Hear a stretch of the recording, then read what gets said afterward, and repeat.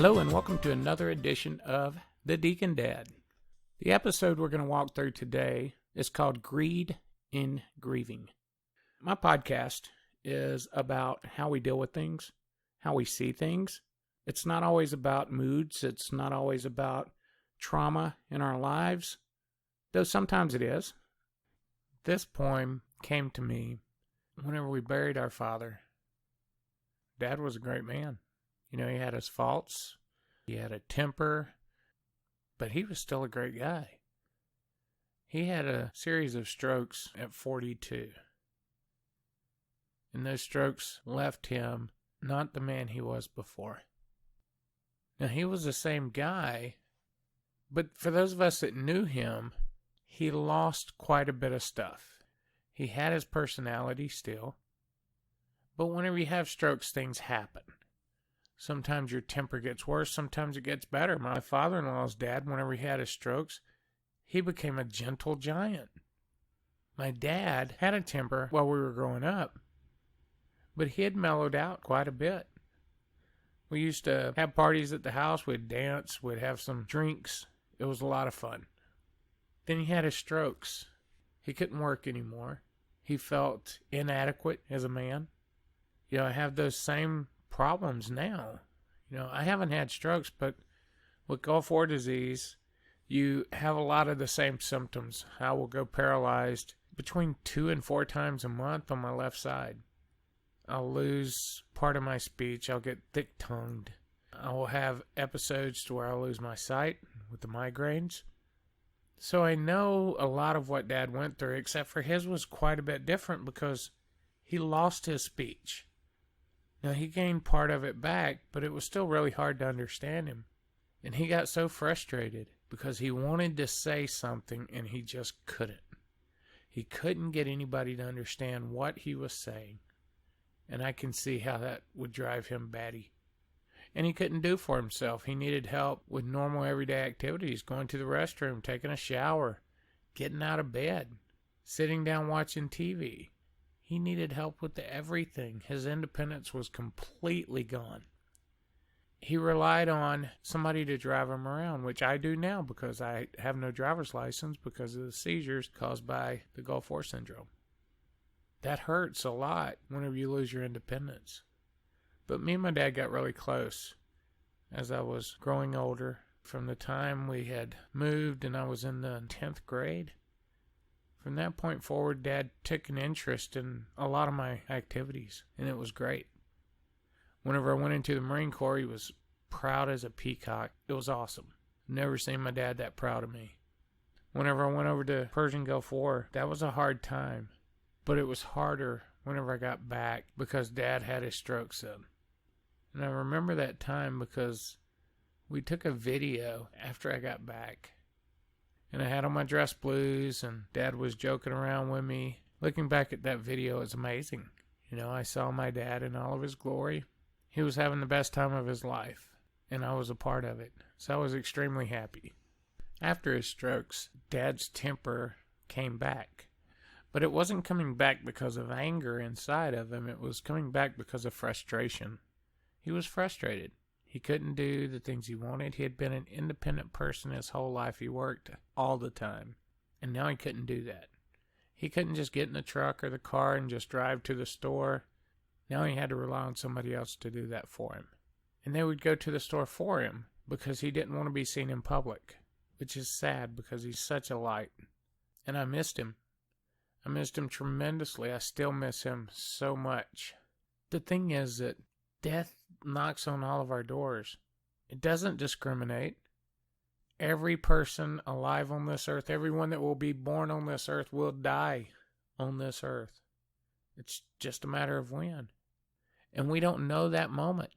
And that's a good thing because I don't think that most people could handle that. I don't know of anybody who could really handle that to say, okay, whenever you're 21 years old and it's October 15th at 3 o'clock, you are going to die.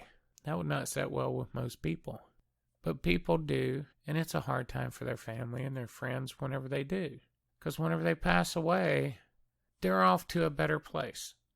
Some people don't believe that. Some people believe that they just die. it's a personal opinion of mine, being a deacon and all, that they do go to a better place.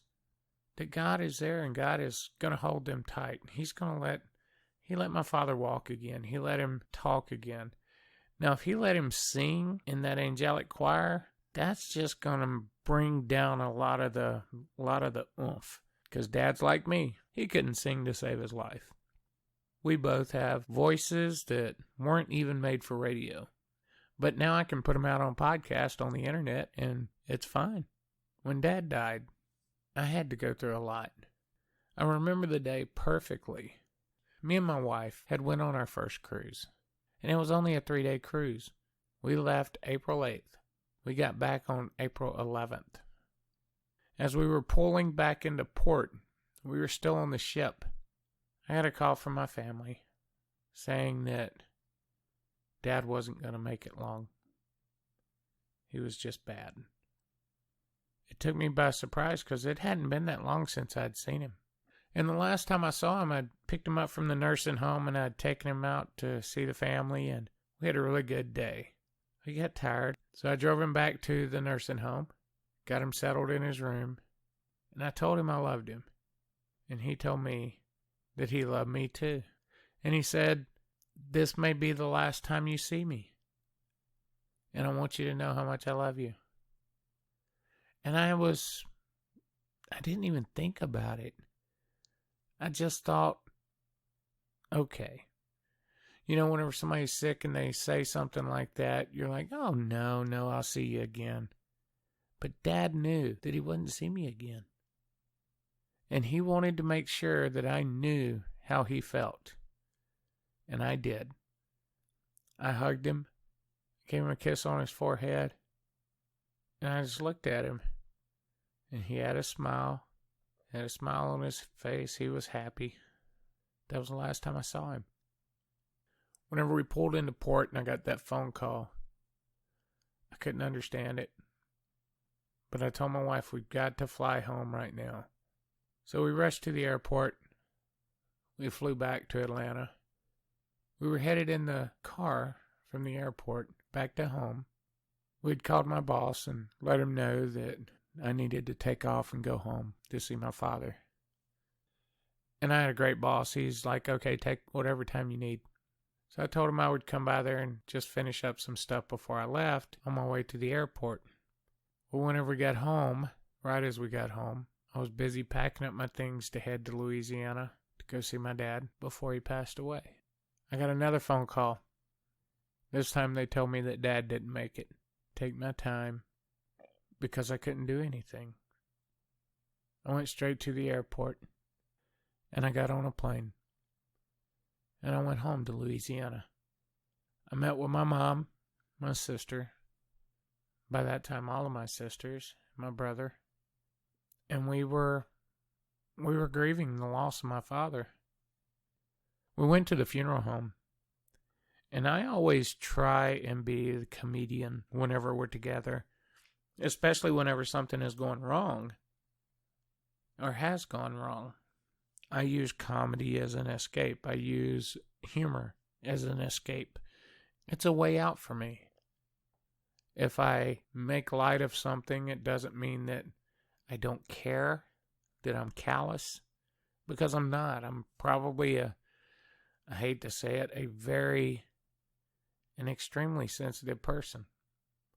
My feelings get hurt often. I try not to hurt anybody's feelings, but I'm sure I do. But if I know I did, then I'm going to apologize to him right away. I'm not a mean guy. Never have been. Even whenever I was in the Marine Corps, I wasn't a mean guy. Whenever we got to the funeral home, it was kind of funny. It was me and my brothers and sisters, and we were trying to arrange a viewing. And whenever we were talking to the funeral director, he left us alone for a few minutes.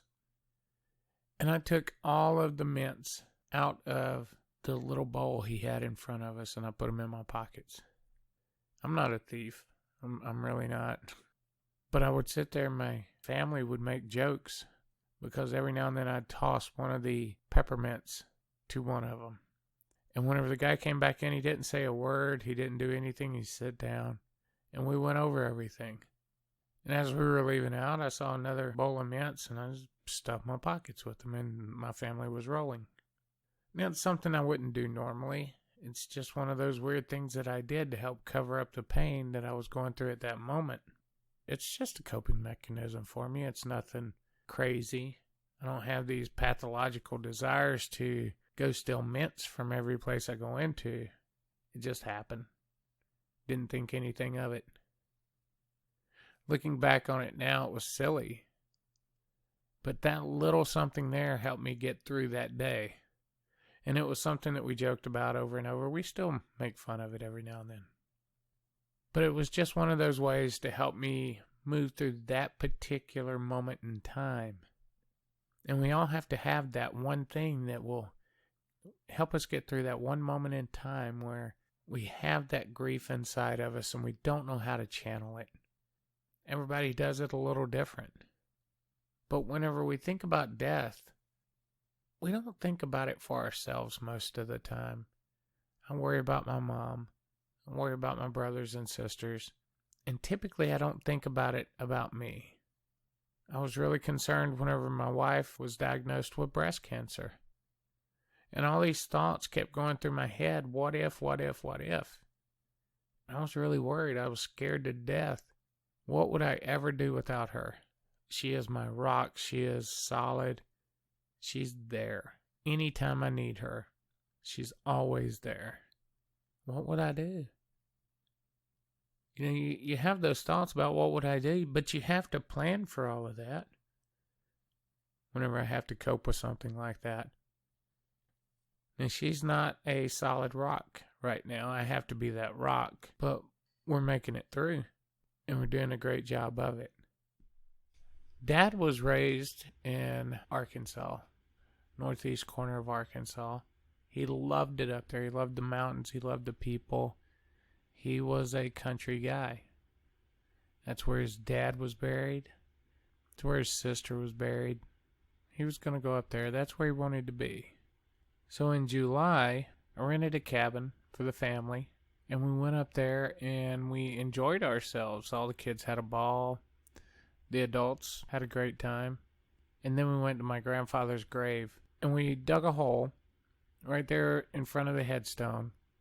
And we opened up Dad's urn, and we put his ashes inside that hole.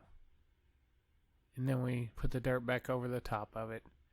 We did that so we could have a place to go and mourn. So there was a spot, a physical spot on this earth that if we wanted to go and talk, then we could go and talk. If we wanted to go and just sit, then we could sit. I could sit in the presence of my grandfather and my father. That physical location means a lot to a lot of people, and it means a lot to me. So I bought a bench to put on there, one of the nicely engraved benches. It has a little placard on each side for my grandfather and my dad, their date of birth and date of death. And it says, "Don't cry for me. I'm walking with my father, Dad. Through the years, you've always been there, with love between us beyond compare. You gave me direction and showed me the way, making me the person I am today." I thought that was fitting because that's what my dad had done. He taught me how to be a man.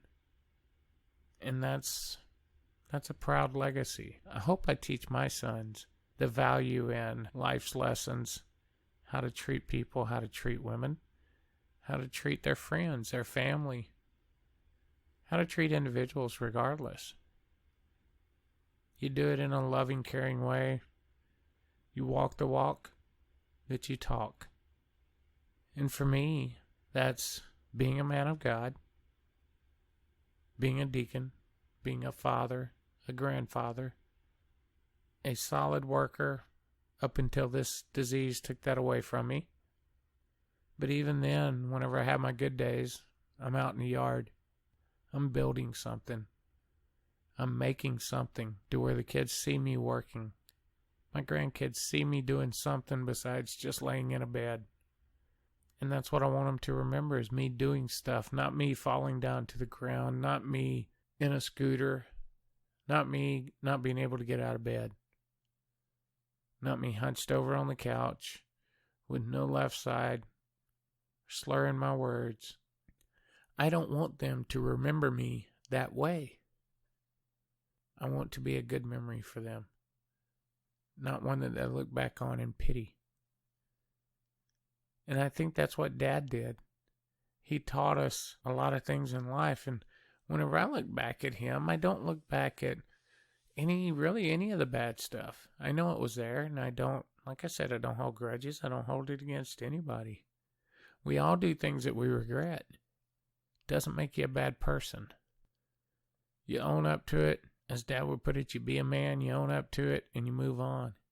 Don't dwell on it, because what can you change? It's done, it's over. And you moved on, and you made a better way. You knew you had to change, and you change. But the only thing you can do is move forward from that. Death takes that moving forward away. And it slows the people that are left behind, it slows them down. Because it takes a little while to grieve. Whenever you have that time and you're hurting, you don't understand it.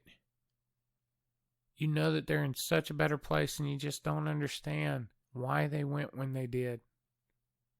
What happened to them to where they couldn't wait for you to get home? Why didn't he wait for me to get there to the hospital to see him? How come my sisters got to see him and I didn't? All those things go through your head.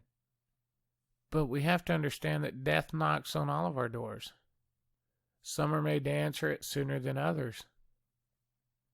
But as the ones left behind, we grieve for them. Or do we? We're happy that they're no longer in pain. They're no longer suffering. We do take solace in the fact that they knew God, and they're now singing in that great beyond. But they're with family and with friends, and we're happy for that. Yet because of our greed, we still cry. Greed and grieving. The pain is gone for you, but the pain has just started for me. Your pain was physical, mine is mental.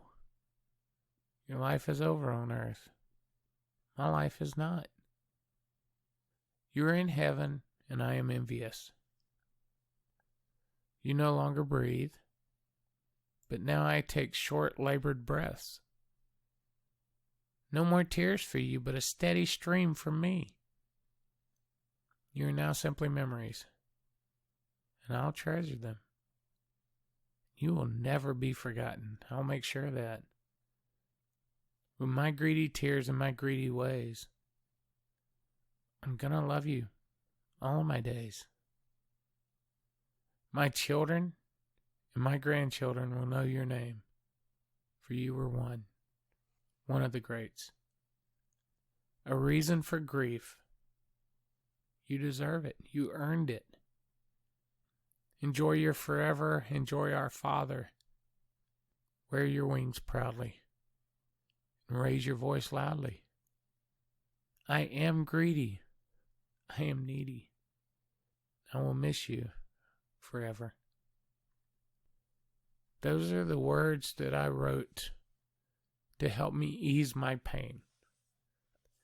That pain was deep, but that helped me release that. You know, I was so happy that he wasn't here in pain anymore. But then I realized for me, that pain was so deep. And it wasn't a physical pain, it was strictly a mental pain. I missed him. I wanted him here. I was greedy. His life was over, mine is not. My life still goes on every single day, and every single day I think about my father. And I ask him for help and for guidance. Just like whenever I pray to God, I still ask my dad what I should do. How can I be the son he's proud of? And that's what I strive for every day, to make my God proud and my Father proud, my family, my friends. That's what it's all about. I'm envious of him being up there with God. I'm envious of him being with our forefathers because I'm a history nut whenever it involves my family. I'm the resident genealogist for our family. I know mine and my wife's family back for generations. If I see a name, I know how they're kin. Because I'm really into it. That's what I love to do. That's my hobby. So he's happy up there with all of those people that I so want to meet, and I will one day. But I'm envious right now. I cry. I cried a lot then, and I still, sometimes I'll sit back and cry because it still hurts. But I have all those memories, and I'll never forget. My children will never forget. My grandchildren, my great-grandchildren, they will all know who my father was. And he was absolutely one of the greats. And for somebody to grieve over another person, that person had to have earned that grief. They had to have made a mark in that other person's life that made a difference. But it doesn't mean you don't miss them. It doesn't mean that you've gotten over it, because you never get over it. I'm still his little boy. And that won't change, regardless of how old I get. So whenever somebody leaves this earth, regardless of your beliefs on what happens to them in the afterlife, if there is an afterlife, you still remember them.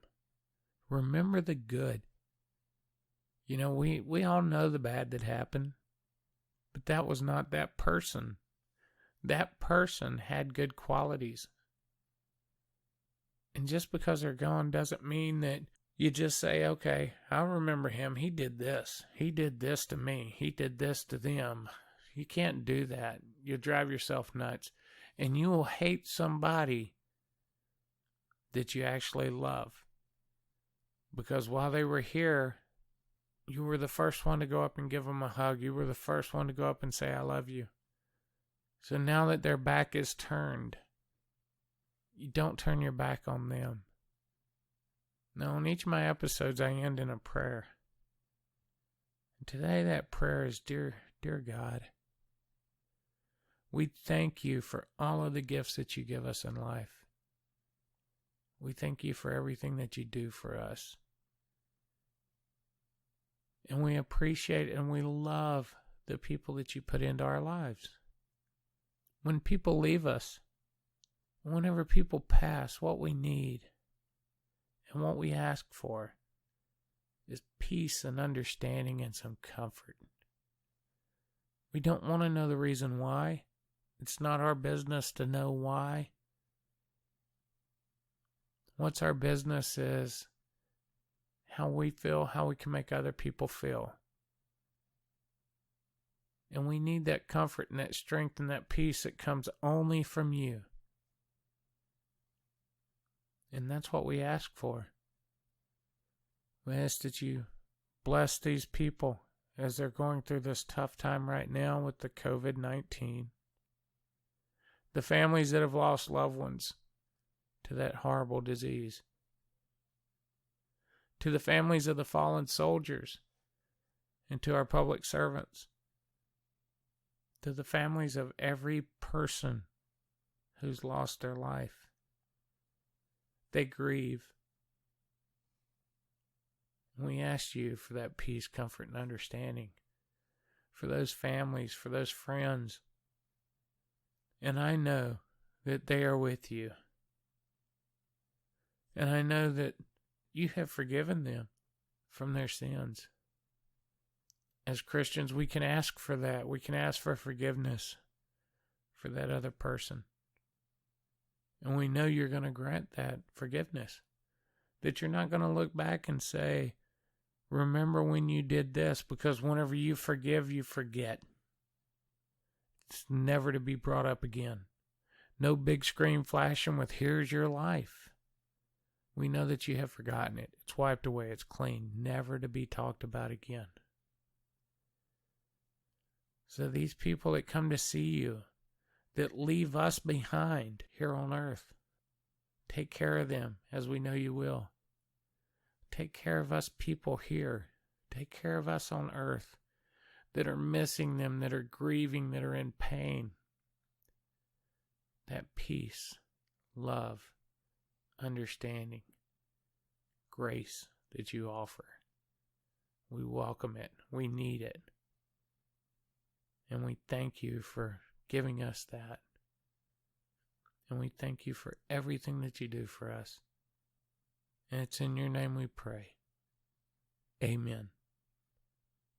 Thank you for joining us this week for Grieving. I hope you join us next week. We're going to explore another topic. I usually decide that topic sometime around Tuesday night at about 8 o'clock for the episode to air Wednesday morning at around 9. Luckily, I have a lot of writings that I can go back through and kind of pick and choose and see where that takes me for the day. I think that's better to be unscripted whenever I'm doing these podcasts versus just reading something off of a piece of paper. Having everything out in a timeline. Hit this point here, hit this point there. I speak from my heart, and I hope you enjoy and I hope you listen, and I hope it touches your heart. But until next time, may God bless you. Maybe you have a wonderful week, and I look forward to seeing you next week. Please feel free to share this podcast with your friends and family. Send them all to my Facebook page at The Deacon Dad, or they can go to my podcast site at thedeacondad.com. So until next week, keep your dreams alive, and if you are in one of those stages right now of grieving, just know God's with you. He'll help you. He'll get you through this. Just rest your back on Him. Let Him carry the load. Goodbye, everybody. God bless.